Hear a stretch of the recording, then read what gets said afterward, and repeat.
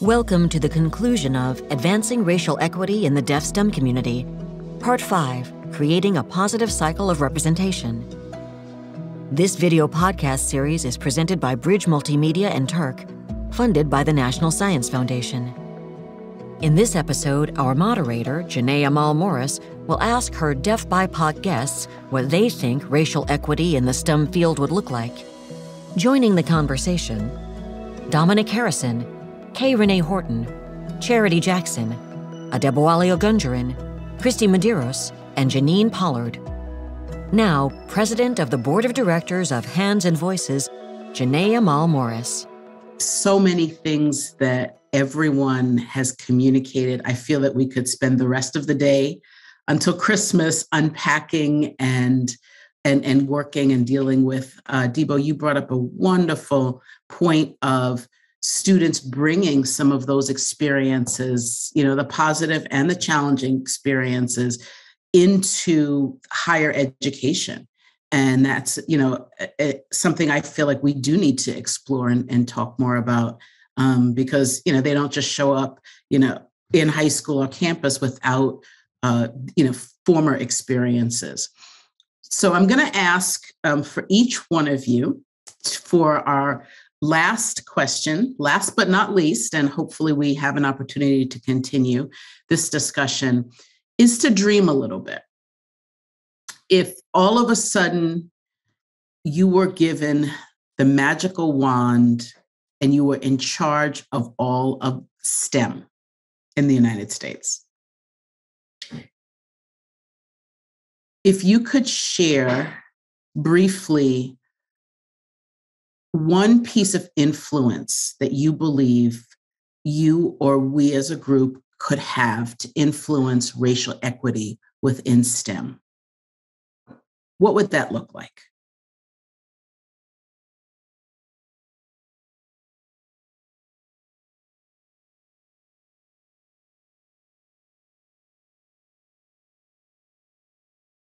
Charity. Charity speaking. So that's a great question. And I would be happy to share my thoughts about that. And that's really something that I have thought about really nonstop since I was being young. And I'm really grateful, I just want to say, for the opportunity to have this conversation with all of you here. And so I'm really grateful to you for asking that question. And it's really powerful for us to feel like we have a voice, like the community has a voice here. And really, we're speaking here for the community, not as ourselves. Of course, we have these different experiences growing up, like whether we're at mainstream school or at deaf school. And I'm really grateful that I had these parents who encouraged my education from a young age, and the love of learning and of science. And like one thing I'm just thinking of that I'll share with you is in one of the mainstream classes I was in, I was put into this like special class, the science class, where they were talking about surgery and like hands-on, and like people thought it was kind of gross, but I loved it. I was just totally fascinated with, medical and surgical things. And I had exposure to these different kind of things through elementary school. Unfortunately, I didn't have any teachers who were Black growing up, even any BIPOC teachers. So all my life, I was educated by white people in mainstream school and other schools. And, I have Black ASL that I use, and then I have, the ASL that I got in the classroom. So I was exposed to, Black ASL and ASL, but the teachers that I had were not exposed to Black ASL.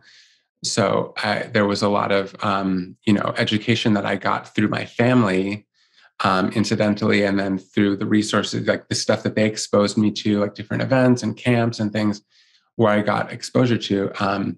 But there was that idea of having a role model, someone you could look up to, was really missing. And I wish that I had that, like had a role model who was Black that I could look up to. and be inspired by. And I didn't have that, and that's unfortunate, And so going back to my dream or my desire is, in response to your question, is to, have Black people at the level of the, National Science Foundation, and not just in a token kind of way, but really have like meaningful community engagement and exposure. And, for example, there are people who are there in the STEM fields, and as in the capacity of my job, where I do education and I meet people. And I mean, it's remarkable the, people who are involved in teaching math and teaching these different things. And then I see people stay in their fields, like from high school into college and advanced degrees. And, it still remains that there are not a lot of Black people in the workforce. And I think it really starts with having people of color at the top of the organization instead of just at the bottom. And, K-12, as was mentioned, is really key, from K-12, which is the foundation, of language, all the way up until a graduate degree. There's a lot of students who don't have good language access. And so I think, working with K-12 schools and post-secondary, there's been strides that have been made, but the point is there's still not enough Black people in those fields, really not even nearly enough. And I think a lot of that has gotten lost. For example, like with captioning,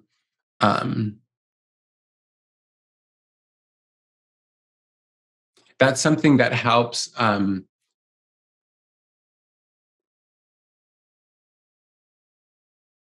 for example, like when there are certain videos that are not captioned, so there's like language that isn't accessible to me.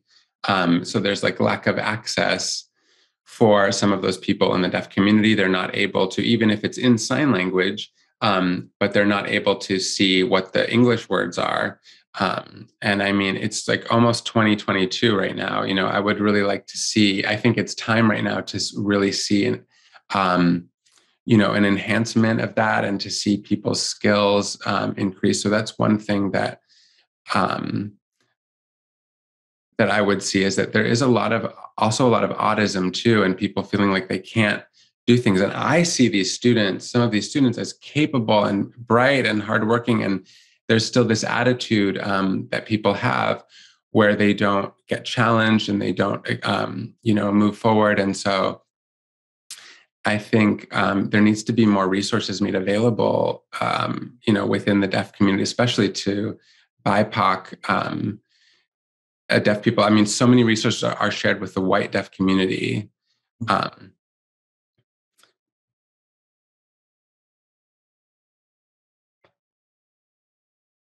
And there are other people who are in these fields, Black people who are in these fields, who just don't have the resources to that. And they come up with these challenges. And so I think there's a need for, enhanced awareness and really opening up some of the, these opportunities, and really making a pipeline to bring people from a young age, all the way through their education. And, there's collaboration that I don't see.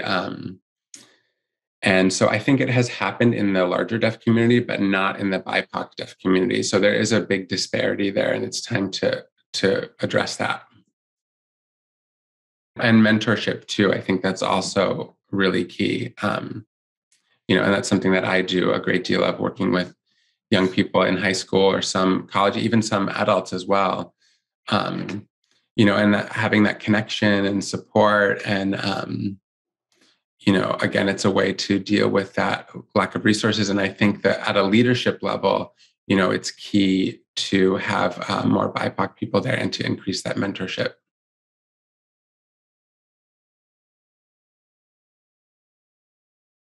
So one thing I would love to add to this discussion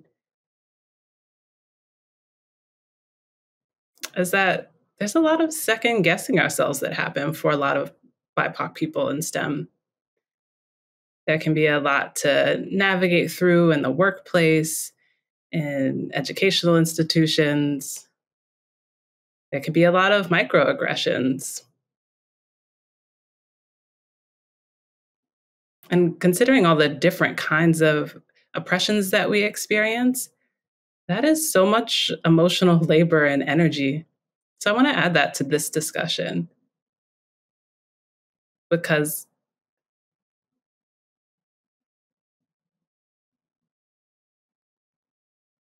I want to add to this conversation a focus on healing. I think that's a place where we can connect about challenging experiences and think about how we might speak up more in what we're doing. And I don't often see this as part of the discussion around the experiences of BIPOC folks in STEM careers. So I would love to add that.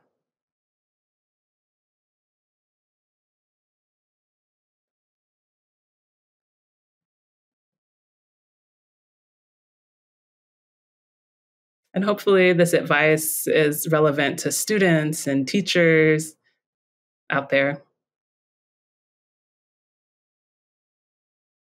I think the other thing that I would talk about, one of my biggest pieces of advice, is that you gotta find your tribe, your crew, your squad. Who are those people there who support you 100%? If you're an educator who's working to transform education systems and thinking about equity, it can be hard to feel all by yourself in that work. Or if you're a student who's Black and in STEM, you might feel like I'm the only one.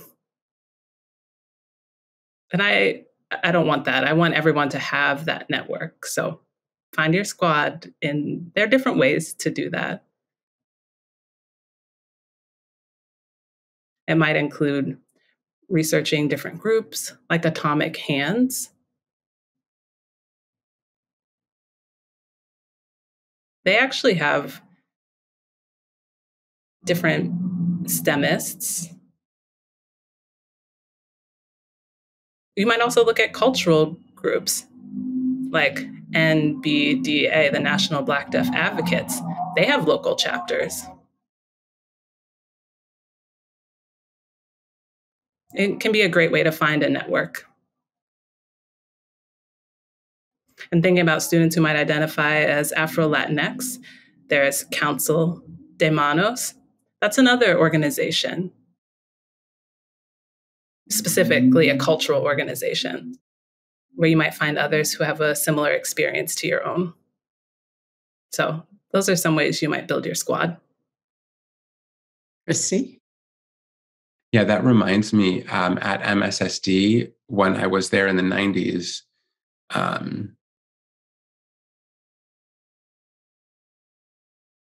there were hearing people of color teachers, but there were no deaf POC teachers.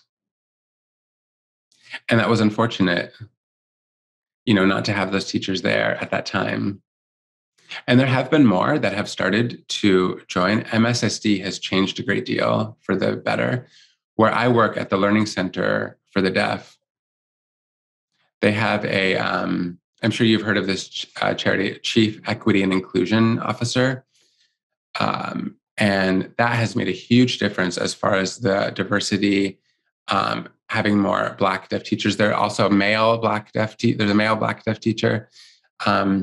So that is kind of one, I don't know if this answers it, but kind of looking to hire the COIO, what is it, CEIO, making those kinds of changes as far as looking to really address and recruit and retain, the diversity of the workforce. So I would just add that in as well as my 2 cents. I'd actually just like to add, when Janine was talking about the changes for university or academia and those kind of things, one of the things I do want to point out is that these teachers should be giving these students full opportunity to be who they are, to be able to walk in what it is, to be able to look like that. Code shifting, which is that having to be a certain way when you go to work and then you're another way when you have to go home, that is a very draining process. And I really wish that when we're talking about academia and being in those places, that more people were just accepting of who people are, and what they bring to the table. And it would allow these students early on to be able to show what their level of what they could actually produce, right? The level that they could actually function at. I just wanted to add that in there for teachers that are out there to just support the students where they are, and then to help them to get to where they need to be by supporting the person that they really are. When you go to, you're the only Black, you're representing your whole Black community all of a sudden. And what people think, what they've learned on television or wherever they've learned videos and things like that, immediately they want to project all of that on you, as a Black person or as a Latino person. And so you want, or even as an Asian person, right? And so you want these teachers to be a little bit more open-minded, and even their colleagues and their other peers to be a little bit more open-minded, that each one of us are individuals and that we all represent the culture very differently.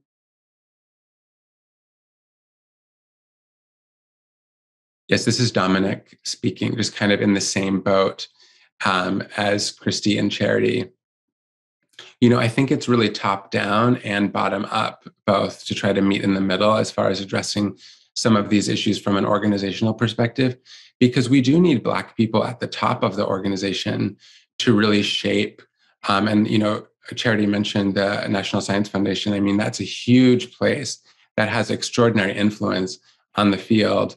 And then we can also look at from the bottom up, like expanding, the number of BIPOC deaf people who are in, various domains of the STEM field, and increasing that. And then, hopefully meeting in the middle, somewhere at the college level, and having, deaf BIPOC people be interested in that field, and developing that interest for the future generation, and kind of cultivating that pipeline, and I think that's possible with all of us working together. Of course, it's a huge project, but I think that there's different ways that it can be impacted, like I mentioned, the top down and bottom up.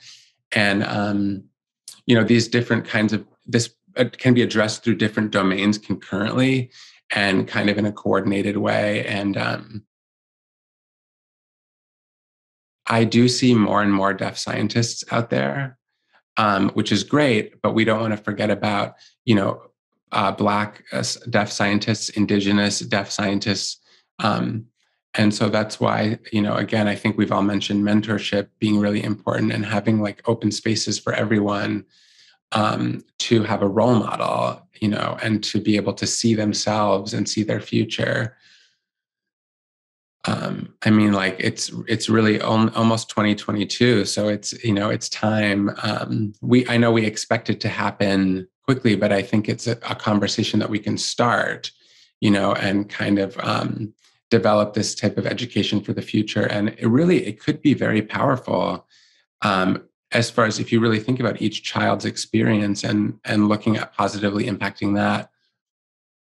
Like Christy was talking about, the diversity of the workforce within this school, and looking at recognizing the importance of that, looking also at curriculum and materials that have been developed, and from kind of a social justice lens.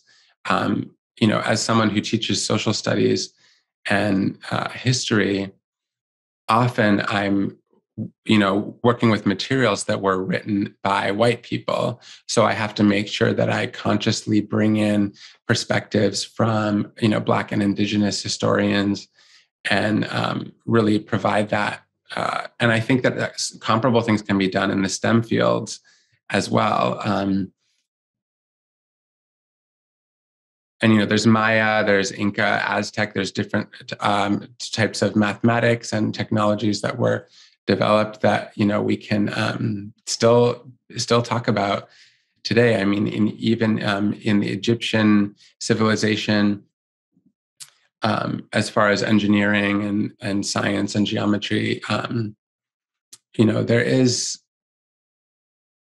so much focus on what white people have done, but there is a need to really acknowledge and, shift the understanding to include, BIPOC views and contributions in these fields.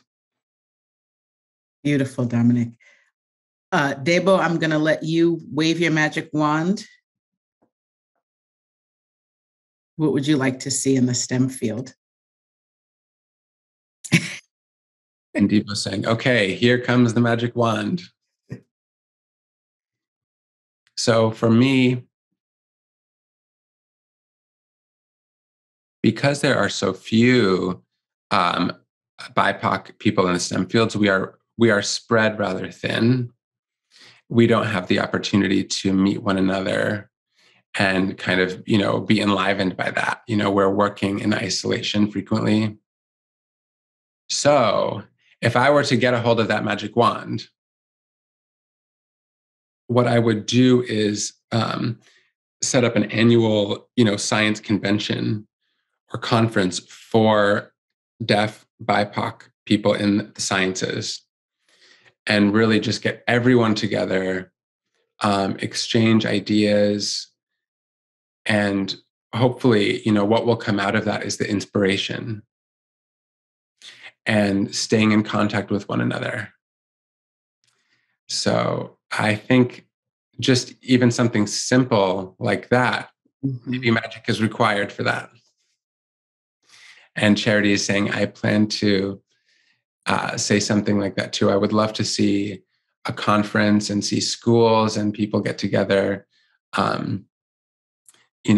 and see what we're doing. And, hopefully that would kind of expand opportunities and access for everyone. And I also am in communication with other chief diversity officers and kind of coordinating to see, maybe 2022 is the time for us to really have a sea change. And, I've really enjoyed being able to have this contribution and contribute to this conversation. And,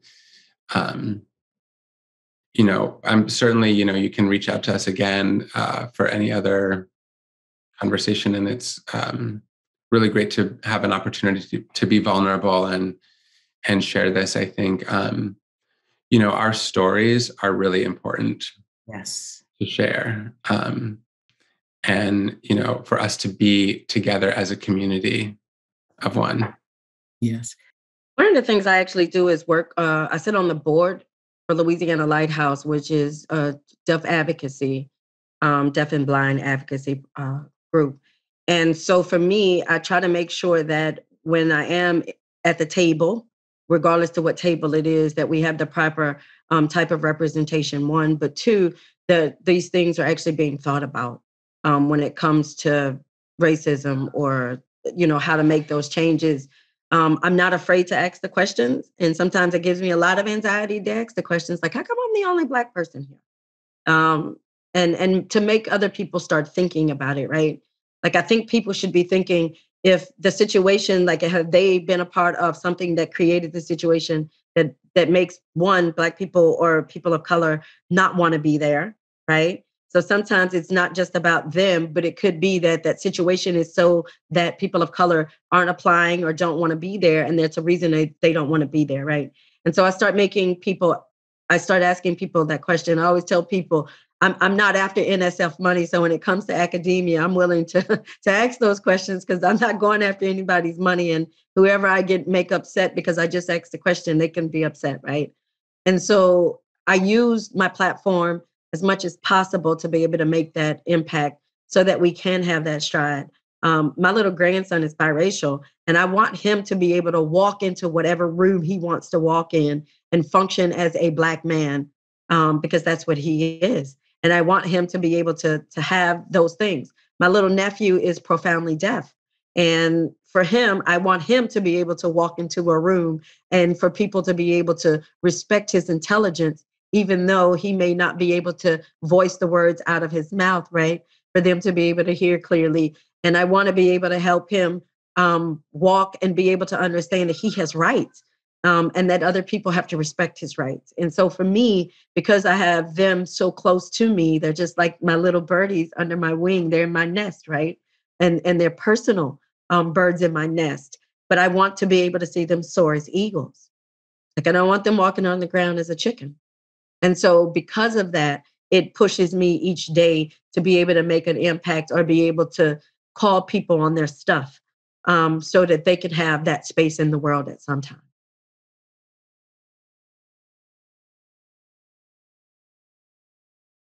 Just to add on to that, I think maybe we could start paying attention to all these conferences and try to avoid setting up a separate safe space for, the BIPOC or LGBTQ plus, and kind of as a way for people to meet their diversity needs and check off that box, because this is really about diversity and equity, period, for everybody. And I think these workshops and sharing of ideas is great, but I think sometimes we end up getting kind of partitioned or, put to the side or segregated. And so I think that's one attitude that we have to address is, and that doesn't just apply. I'm not just talking about the STEM fields. I'm talking about if we talk about, school related conventions and other kind of issues in higher education in general, there is that kind of like, okay, we're going to make this diverse and check off this box and put it to the side. For the sake of time, I know that there's so much more we want to share.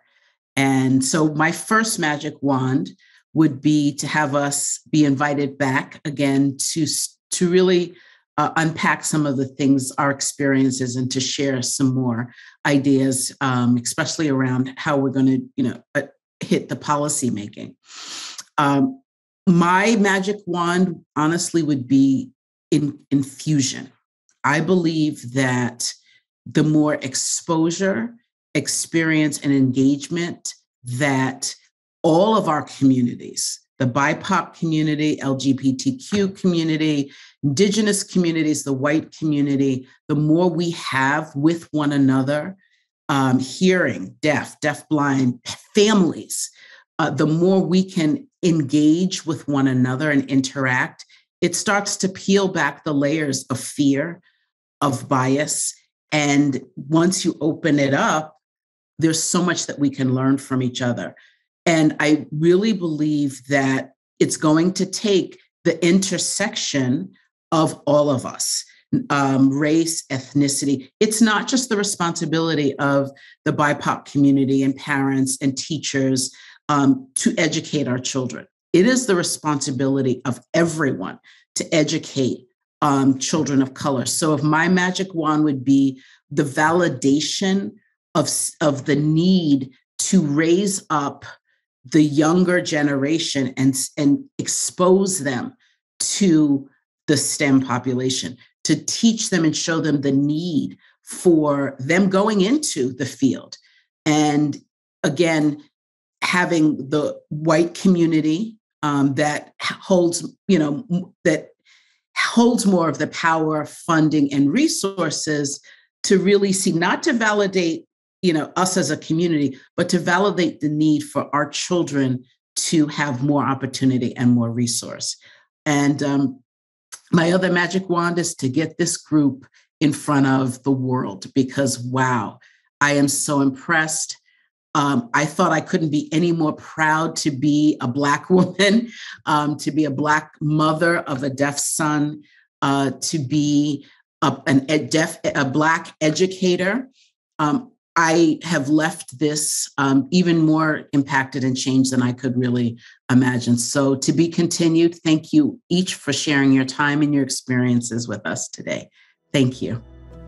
That's the conclusion of Creating a Positive Cycle of Representation and the conclusion of our video podcast series, Advancing Racial Equity in the Deaf STEM Community.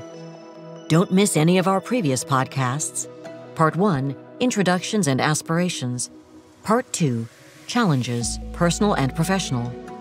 Part 3, The Power of Mentorship.